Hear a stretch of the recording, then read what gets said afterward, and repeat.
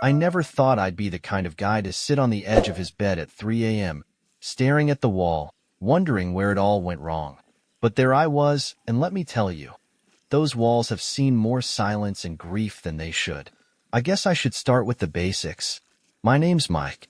I'm 34, grew up in Ohio, went to college out in Indiana, and moved to Chicago after graduation.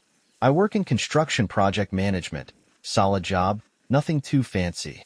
My wife, Rachel, and I have been married for 9 years. Well, we're married, technically. It still feels weird saying that, like a word that doesn't fit in my mouth. We met at a 4th of July barbecue through a mutual friend. She was wearing this blue sundress, and I swear, the way she smiled at me, it was like she already knew we were going to have a future together.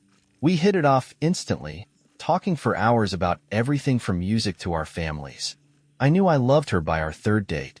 Fast forward a couple of years, and there we were, young, in love, standing at the altar. Everything seemed perfect, but perfect doesn't last. Not really. It started subtly. At first, I noticed that Rachel was spending more time at work. She worked at a marketing firm and had recently gotten promoted.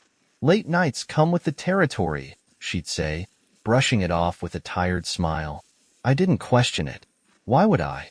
I trusted her with my whole heart. Then the changes began. She seemed distant. Not in a blatant way, but little things added up. The way she pulled away when I tried to hold her.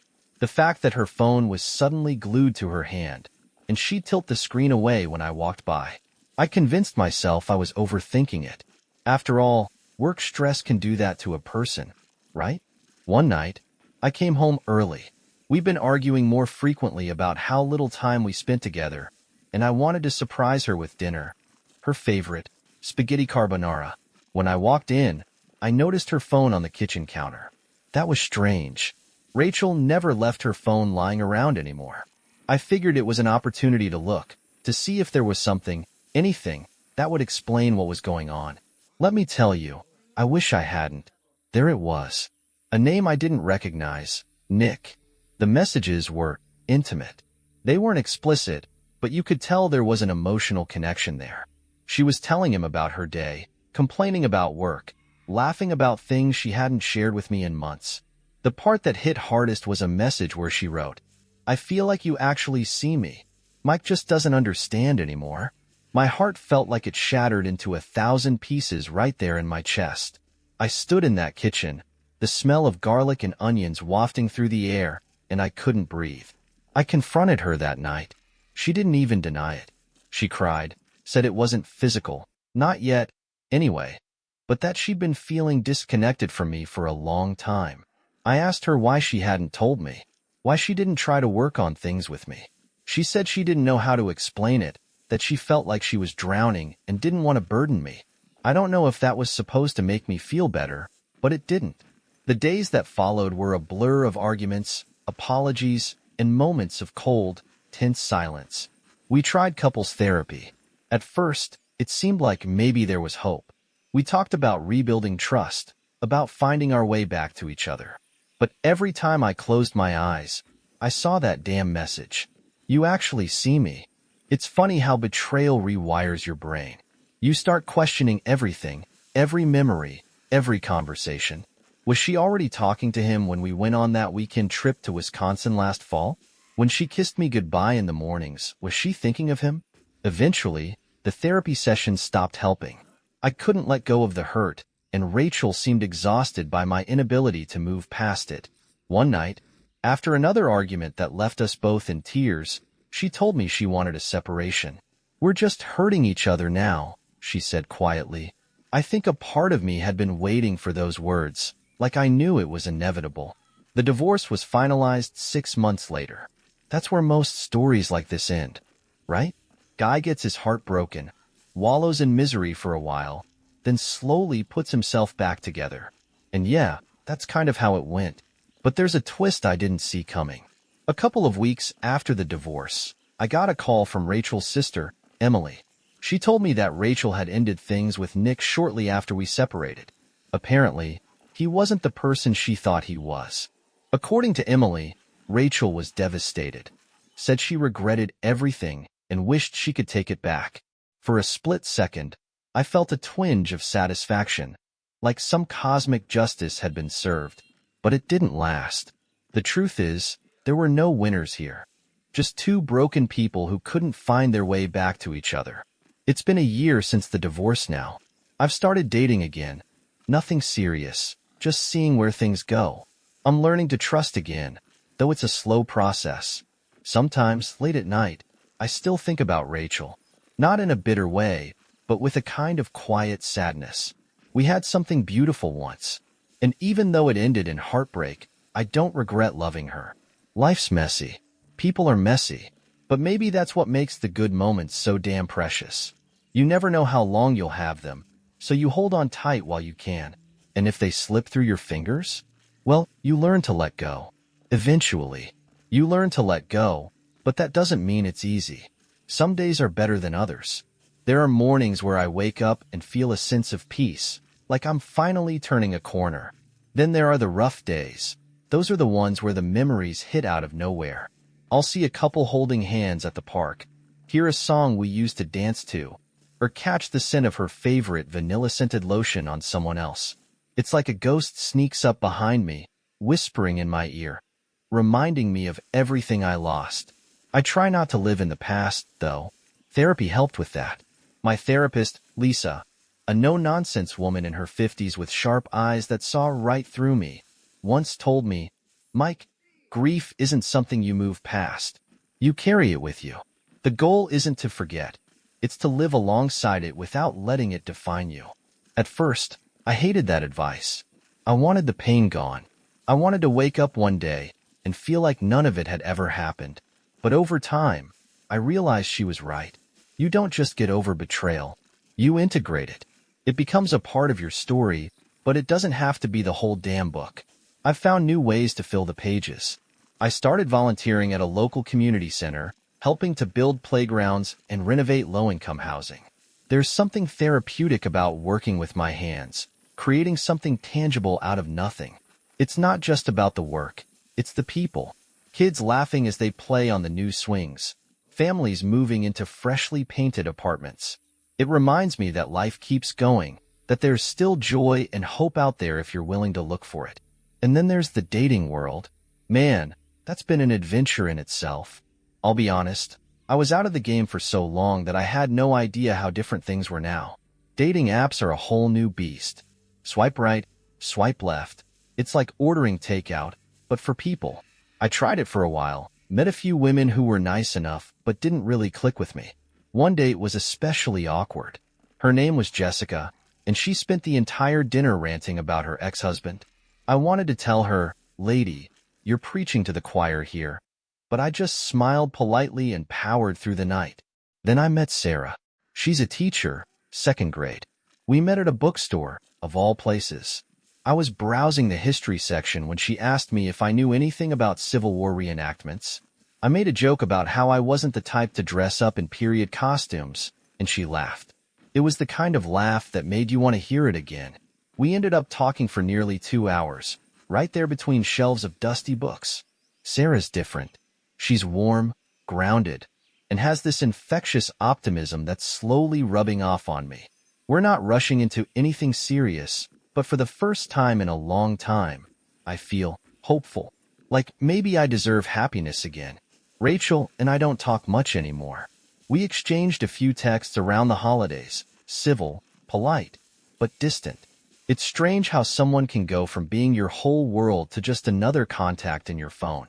I think about reaching out sometimes, just to see how she's doing. But then I remind myself that some doors are better left closed. Still, I hope she's found some peace. I don't wish her any ill will. We both made mistakes, both hurt each other in ways that can't be undone. But I loved her once, and I think a part of me always will. You don't just erase 9 years of memories, but life moves forward. You learn to trust the process, even when you're stumbling through the dark. You learn to laugh again, to find beauty in small moments. Sunsets, conversations with strangers, the smell of fresh coffee on a cold morning. It's not about waiting for some grand epiphany where everything suddenly makes sense. It's about the little victories, The days when the pain isn't as sharp and you realize you've made it through without breaking. I'm not there yet, but I'm getting closer, one day at a time. It's funny how life has a way of surprising you when you least expect it. Just when I thought I was finally finding my balance, I got another curveball. A few months ago, Rachel's mom, Linda, reached out to me.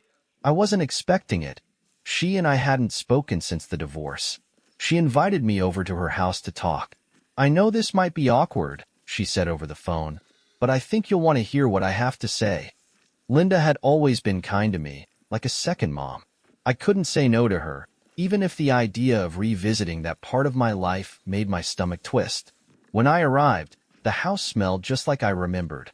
Freshly baked cookies and lavender candles. We sat in her living room, and after some small talk, she got to the point. Rachel's been struggling, she said, her voice soft but serious. She's going to therapy, trying to work through everything. She asked me to reach out to you. That hit me like a punch to the gut. I didn't know what to say. It's not like I hadn't wondered how she was doing, but hearing that she was still trying to piece herself together made the wound feel fresh again. She doesn't expect anything from you, Linda continued, but she wanted me to tell you that she's sorry. Truly sorry.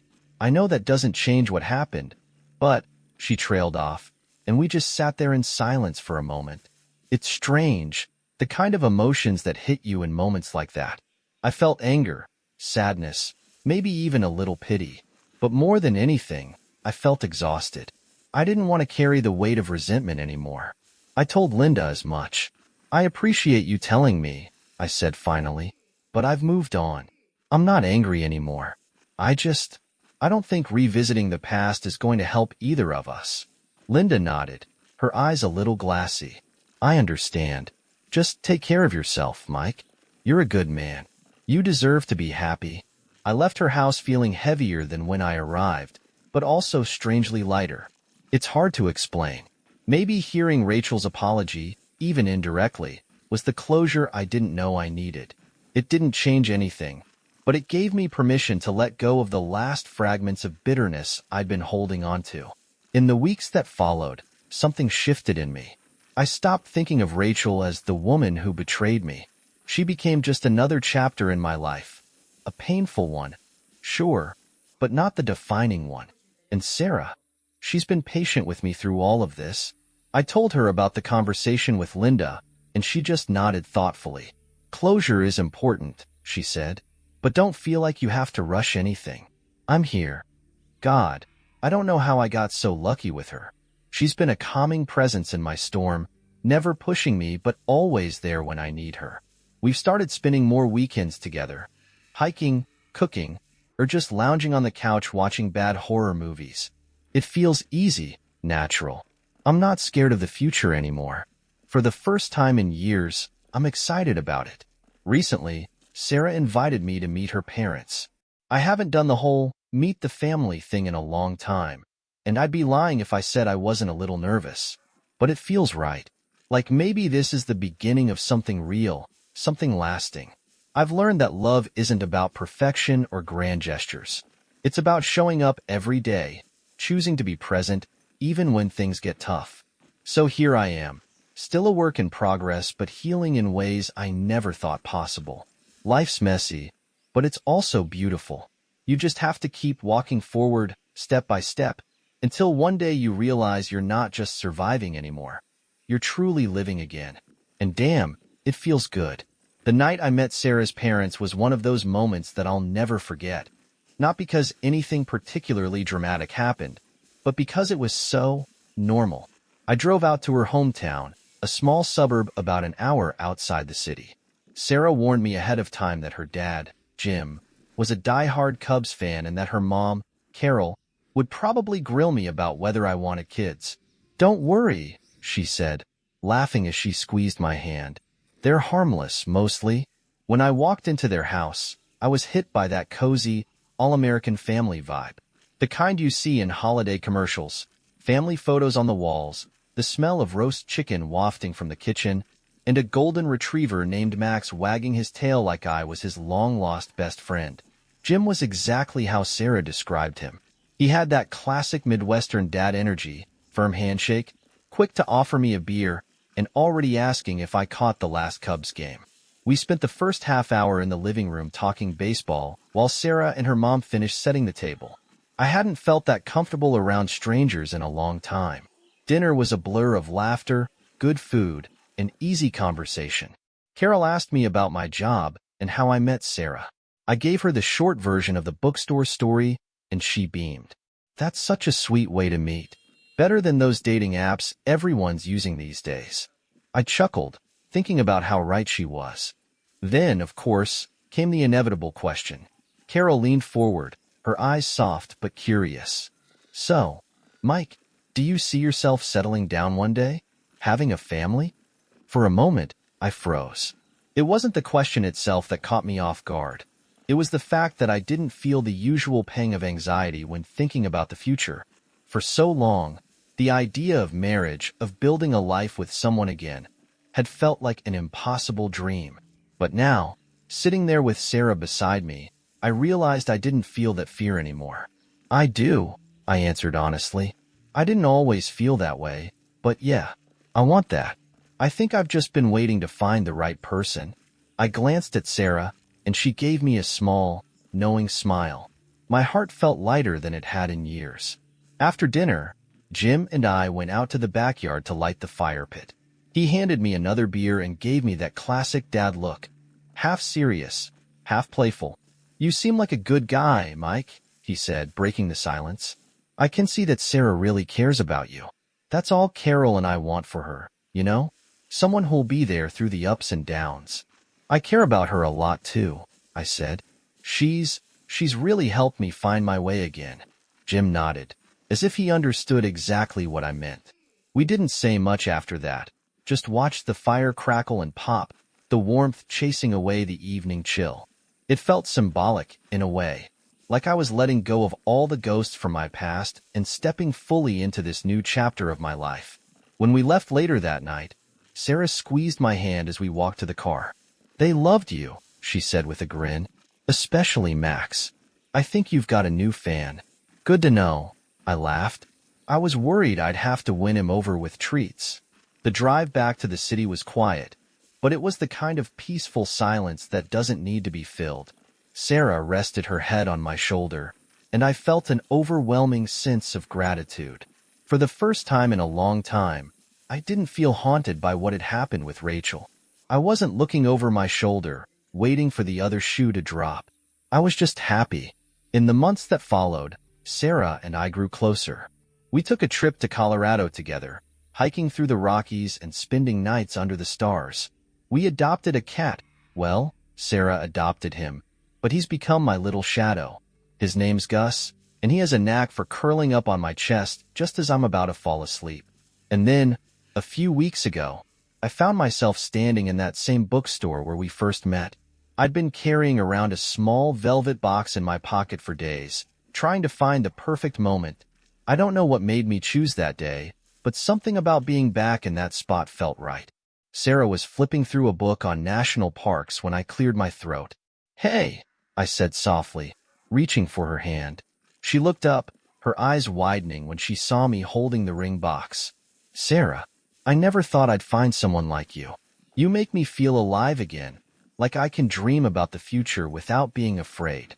I want to spend the rest of my life with you. Will you marry me? Her eyes filled with tears, and for a terrifying moment, I thought she might say no. But then she smiled, the same smile that had captivated me all those months ago, and whispered, yes, 1,000 times yes. So here I am now, telling this story not as a man broken by the past, but as someone who found his way to love again. Life isn't perfect. There are still scars, still moments of doubt. But I've learned that healing isn't about erasing those scars. It's about embracing them and knowing they don't define you. Sarah and I are building something beautiful together, one day at a time. And I can finally say that I'm not just surviving anymore. I'm living. The day Sarah and I got married felt like a dream. We kept it small, just close friends and family, out on a quiet hillside in the countryside. The sky was a deep, endless blue, and the breeze carried the scent of wildflowers. Sarah walked down the aisle in a simple, elegant white dress, and for a moment, everything around me disappeared. It was just her and me, and I knew without a doubt that this was exactly where I was meant to be. Jim officiated the ceremony, his voice steady as he spoke about love, resilience, and the importance of never giving up on each other. It hit me in a way I didn't expect. There was a time when I thought I'd never believe in those things again.